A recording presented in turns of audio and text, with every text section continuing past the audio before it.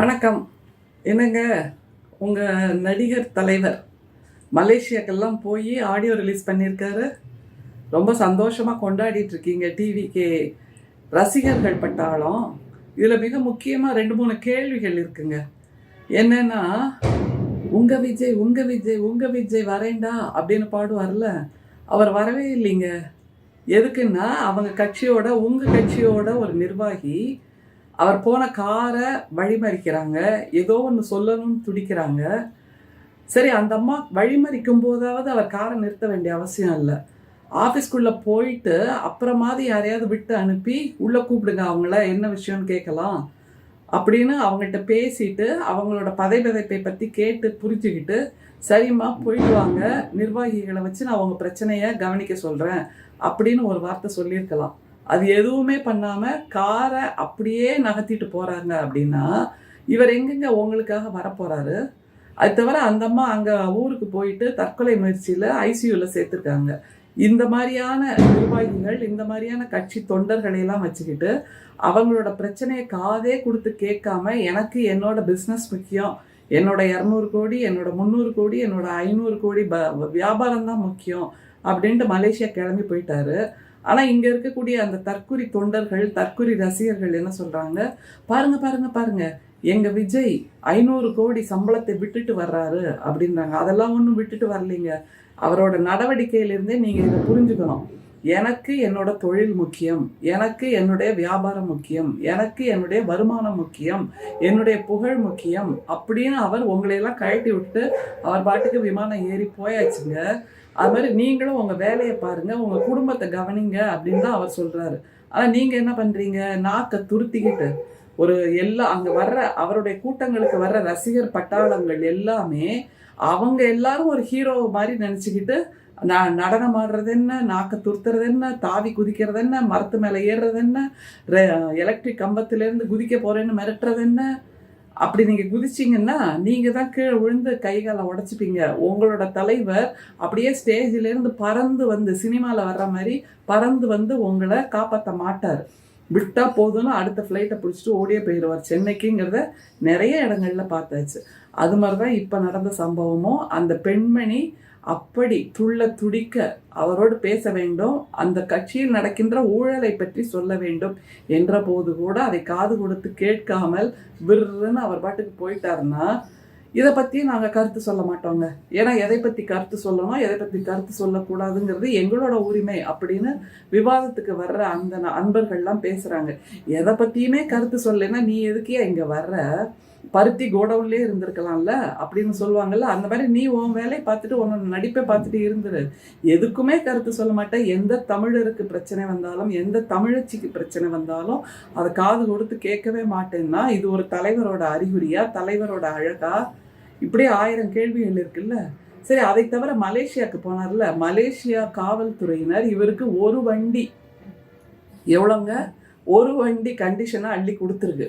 வாயை பொத்தி சர்வநாடியும் அடங்கி போய் ஒரு வார்த்தை கூட எதிர்த்து பேசாம அப்படியே ஒத்துக்கிட்டு அங்கே போய் நடனம் ஆடிட்டு வர்றாருல, அப்படி தாவி குதிக்கிறது என்ன, அப்படி ஒரு புலகாங்கிதமாக இருக்குது. அது மாதிரி ஸ்டேஜில் நடனம் ஆடுறாரு, மக்கள்லாம் கை தட்டுறாங்க. இது யாரை போல இருக்குது தெரியுமா? ஸ்டேஜில் வேற யாருக்கும் அட்டென்ஷன் கிடையாது, வேற யாரை பற்றியும் அவர்கள் கவலைப்படுவதில்லை. இவர் மட்டுமே சென்டர் ஆஃப் அட்ராக்ஷன் அப்படியாக இருக்க வேண்டும் என்பதுதான் இவர்களுடைய திட்டம். இதே மாதிரி காட்சியை திரையில வேற யாருமே இருக்க மாட்டாங்க. இவர் ஒருவர் மட்டுமே நடந்து போவார். கையில பூஜைக்காக ஆரத்தி எடுத்தாலும் அல்லது பாலத்தை திறந்தாலும் இவர் ஒருவர் மட்டுமே நடந்து போவார். இவர் ஒருவர் மட்டுமே கையசைப்பார். எதிரில் யாரும் மக்களே இல்லைன்னா கூட கையசிச்சுட்டு போவார். இவர் ஒருவர் மட்டுமே டன்னல் அந்த சுரங்கத்துல நடந்து போவார். இவர் ஒருவர் மட்டுமே அந்த சாலையில் நடந்து போவார். அப்படியாக ஒரு காட்சியை கடந்த 2014 பார்த்துக்கிட்டு இருக்கோம்ல. நம்முடைய பிரதமர் மோடி அவர்கள் தான் இப்படி செய்வார்.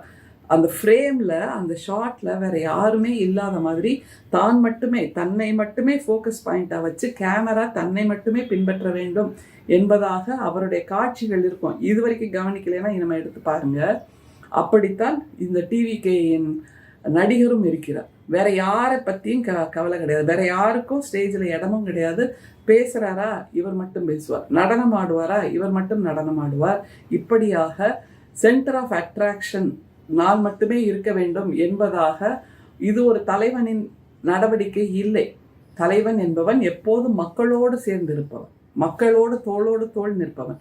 மக்கள் தன்னிடம் பேச வருகிறார்கள் என்றால் நின்று காது கொடுத்து கேட்பவர்கள் தான் தலைவர்களாக இருக்க முடியும். அப்படி இல்லாதவர்கள் வெறும் நடிகர்கள் மட்டுமே அப்படிங்கிறத சமீபத்தில் நிறைய விஷயங்கள்ல பார்த்தாச்சு. அதை தவிர அந்த மலேசியா காவல்துறை, மலேசியா அரசாங்கம் இவருக்கு ஆயிரக்கணக்கான விதிமுறைகளை சொன்னாலும் எல்லாத்தையும் வாய் பொத்தி மௌனியாக, ஐயா நீங்கள் என்ன வேணால் சொல்லுங்கள், நான் ஒரு இன்ச்சு கூட அங்கே இங்கே நகர்ந்துட மாட்டேன், தப்பு பண்ணிட மாட்டேன் என்பதாக இவர் அந்த கண்டிஷன்களை, அந்த நிர்பந்தமான விதிமுறைகளை பின்பற்றி இருக்கிறார். இதில் மிக முக்கியமாக நம்ம கவனிக்க வேண்டியது என்ன தெரியுமா? அங்கே போய் அந்த ரசிகர் பட்டாளம் டிவிக்கேன்னு கத்துது, இவர் வாயை பொத்திட்டு அப்படிங்கிறார். அதாவது அதை பற்றி பேசிடாதீங்க. அப்போ இங்கே மட்டும் தொண்டை கிழிய கத்துற, அது என்ன விதத்தில் நியாயம்? திமுக கட்சியினர் உலகத்தின் எந்த மூலைக்கு போனாலும் திமுக என்பதை உறக்க சொல்லுவோம். அது எங்களுக்கு புத்துயிர் பாய்ச்சுவது போல், புத்துணர்ச்சியை தருவது போல், எங்களுடைய ஒவ்வொரு ரத்த நாளமும் அப்படி துடிக்கும் அந்த திமுக என்ற சொல்லை கேட்கும் போது. அப்படி இல்லாமல் டிவிக்கே அந்த ரசிகர் பற்றாளர்கள் கத்துது, இவர் அப்படிங்கிறாருன்னா அரசியலை பேசிவிடக்கூடாது என்பதாக மலேசிய அரசாங்கம் சொல்லி இருக்கிறது. அப்படி நீ செய்து கொண்டிருக்கின்ற நாடகங்களை உலகமே பார்த்து கொண்டிருக்கிறது. இன்னமும் எந்த விதமான அறிவும் அரசியல் புரிதலும் இல்லாதவர்களாக டிவிகேயினர் இருக்கிறார்கள் என்பதை உலகமே பார்த்து கைகொட்டி சிரிக்கிறது. அதற்கு கூடுதலாக ஒரு சான்றுதான் மலேசியாவில் நடந்த அந்த பாடல் வெளியீட்டு விழா. அதை தவிர மிக முக்கியமாக கவனிக்க வேண்டியது ஒன்று, திரும்ப திரும்ப அந்த கட்சி நிர்வாக பெண் அந்த பொண்ணுகிட்ட தான் வர, எவ்வளவு தூரம் அவள் செலவு செய்திருக்கிறார். அந்த பெண்மணி அவள் சிறுமி அல்லது ஒரு நடுத்தர வயது பெண், அதனால் அவள்னு சொல்கிறோம், ஆனால் அது கூட நான் வாபஸ் வாங்கிக்கிறேன். அந்த கட்சி நிர்வாகத்தை சேர்ந்த அந்த பெண்மணி, இது நாள் வரைக்கும் நான் இவ்வளவு செலவு செய்திருக்கிறேன், என்னுடைய ஊரில் டிவிகேயின் முகமாக நான் தான் இருக்கிறேன், எனக்கு கட்சி பொறுப்பை கொடுக்கவில்லை அப்படிங்கிற ஒரு ஆதங்கத்தில் தான் பேச வர்றாங்க.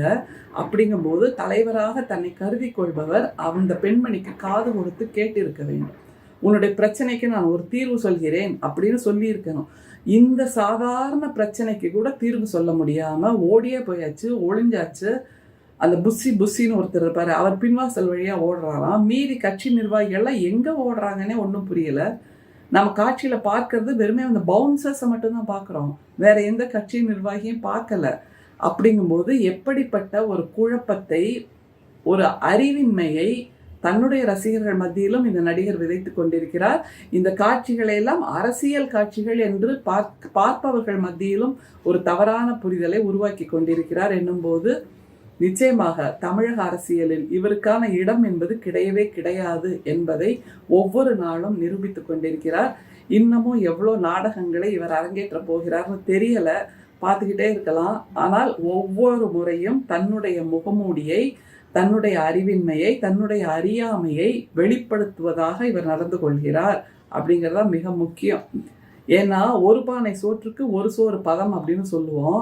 இவருக்கு பானையாக இது வரைக்கும் எத்தனையோ முறை சோறு கொடுத்தாச்சு, எந்த சோறும் சரியாகவே வேக மாட்டேங்குது, எந்த சோறும் புழுத்து போயிடுது, எந்த சோறும் அழுகி போயிடுது, எந்த சோறும் பழசா போயிடுது. அது ஒரு சாப்பிடக்கூடிய தகுதியில் எந்த சோறும் இல்லை என்றால் அப்படிப்பட்ட மனநிலையில் இந்த நடிகர் இருக்கிறார். அதனால் இவருடைய கேளிக்கைகள் எல்லாமே நாளுக்கு நாள் ஒரு கேலி கூத்தாக அமைந்து கொண்டிருக்கின்றன. தமிழ்நாட்டு முதிர்ச்சியான அரசியலுக்கு சம்பந்தம் இல்லாத வகையில் இவருடைய நடவடிக்கைகள் இருக்கின்றன. இவர் தன்னுடைய ரசிகர்களையோ தொண்டர்களையோ நடத்துகின்ற விதம் என்பது, நான் மிகப்பெரிய அரசன், நீங்கள் எல்லோரும் எனக்கான அடிமைகள், என்னுடைய அடிவருடிகள், உங்களை பார்ப்பதற்கோ உங்களோடு நின்று பேசுவதற்கோ நான் எந்த விதத்திலும் வாய்ப்பு தரவே மாட்டேன், நீங்கள் எல்லோரும் என் பக்கத்தில் வருவதற்கு கூட அருகதை இல்லாதவர்கள் என்பதைத்தான் இவருடைய ஒவ்வொரு நடவடிக்கையும் சொல்கிறது. இனிமேலாவது அந்த டிவிகேயில் இருக்கக்கூடிய தற்கூரி தொண்டர்கள் விழித்து கொள்வார்களா? திரும்பவும் இந்த விஷயத்தில் நம்ம என்ன தெரியுமா கவனிக்கணும், மிக சமீபத்தில் ஈரோட்டில் நடந்த அந்த டிவிகே கூட்டத்தில் எவ்வளவு மோசமான மனநிலையில் அந்த பெண்கள் இருக்கிறார்கள். இப்போ ஒரு பொண்ணு சொல்கிறாங்க, எனக்கு காலேஜில் எக்ஸாம், ஆனால் எக்ஸாமை கூட விட்டுட்டு நான் என் தலைவரை பார்க்க வந்திருக்கேன் அப்படிங்கிறாங்க. அப்போ கல்வியை கூட நீ கைவிட்டு விடு என்று சொல்வதான ஒரு தவறான பாதையில் தன்னுடைய ரசிகர் பட்டாளத்தை இவர் அழைத்து கொண்டு போகிறார். அடுத்தது இன்னொரு பொண்ணு சொல்றாங்க, பக்கத்தில் இருக்கிற பொண்ணை காட்டி, இவங்களுக்கு இப்போதான் பிரெக்னன்சி கன்ஃபார்ம் ஆயிருக்கு, ஆனாலும் நடிகர் விஜயை பார்க்க வேண்டும், எங்களுடைய தலைவரை பார்க்க வேண்டும் என்பதற்காக இந்த கூட்டத்தை பொருட்படுத்தாமல் ஓடியே வந்தோம். அந்த நடிகருடைய கார் வந்தபோது கூட இந்த அம்மா பிரெக்னன்சி கன்ஃபார்ம் செய்யப்பட்ட அந்த பெண் காரை நோக்கி ஓடினாள், ஆனாலும் கார் நிற்காம ஓடிடுச்சு. அப்படின்னா வயிற்றில் கருவை சுமந்து கொண்டிருக்கின்ற ஒரு இளம் பெண் ஓடுகிறாள், தன்னுடைய ஆரோக்கியத்தை பற்றி கவலை இல்லாமல், தன் வயிற்றில் இருக்கக்கூடிய குழந்தையின் ஆரோக்கியத்தை பற்றி கவலை இல்லாமல் ஓடுகிறாள் என்றால் எப்படிப்பட்ட ஒரு அட்டூழியத்தை இவர் விதைத்து கொண்டிருக்கிறார். அதை தவிர அதில் பேசுகிற எல்லாருமே அவர் ஒரு மாற்றத்தை கொண்டு வருவார், மாற்றத்தை கொண்டு வருவார்னு சொல்கிறாங்க. என்ன மாற்றம்? எத்தனை தொகுதிகள் இருக்குது தமிழ்நாட்டில்? அதெல்லாம் கேட்டால் யாருக்குமே பதில் தெரியல. கெக்கபிக்கேன்னு சிரிக்கிறதா ஒரு பதிலாக சொல்லிட்டு இருக்காங்க. என்ன மாற்றத்தை கொண்டு வருவாங்க அப்படின்னா அதெல்லாம் எங்களுக்கு தெரியலிங்க. 2026 பாருங்க. என்னங்க இது சட்டையை மாற்றுற மாதிரியா? இல்லை இவ்வளோ சுலபமான ஒரு விஷயமா மாற்றத்தை கொண்டு வருவது என்பது? சரி, இப்போதுள்ள நிலைமை சரியில்லை என்றால் நீங்கள் மாற்றத்தை கொண்டு வர வேண்டும் என்று விரும்புவது சரி. இப்போது இந்தியாவிலேயே தமிழ்நாடு தான் நம்முடைய மாண்புமிகு முதல்வரின் பொற்கால ஆட்சியில் இந்தியாவிலேயே முதன்மை மாநிலமாக பல கூறுகளிலும் இருக்கிறது, பல தரவுகளிலும் தமிழ்நாடு தான் முதன்மை மாநிலமாக இருக்கிறது என்னும்போது உங்களோட ஆசைக்காக, உங்களோட சிறுபிள்ளைத்தனமான ஆசைக்காக இன்னொரு பொண்ணு சொல்றா, நான் சின்ன வயசுலேருந்து விஜயை பார்த்து பார்த்து வளர்ந்தேன், விஜயோட நடனம்னா எனக்கு பிடிக்கும், போய் நடனம் ஆடு அவரை மாதிரி. அதில் ஒன்று சொன்னேன் இல்லையா, அந்த ரசிகர்கள் தங்களை ஒரு ஹீரோவாக நினைத்து கொள்கிறார்கள் அப்படின்னு.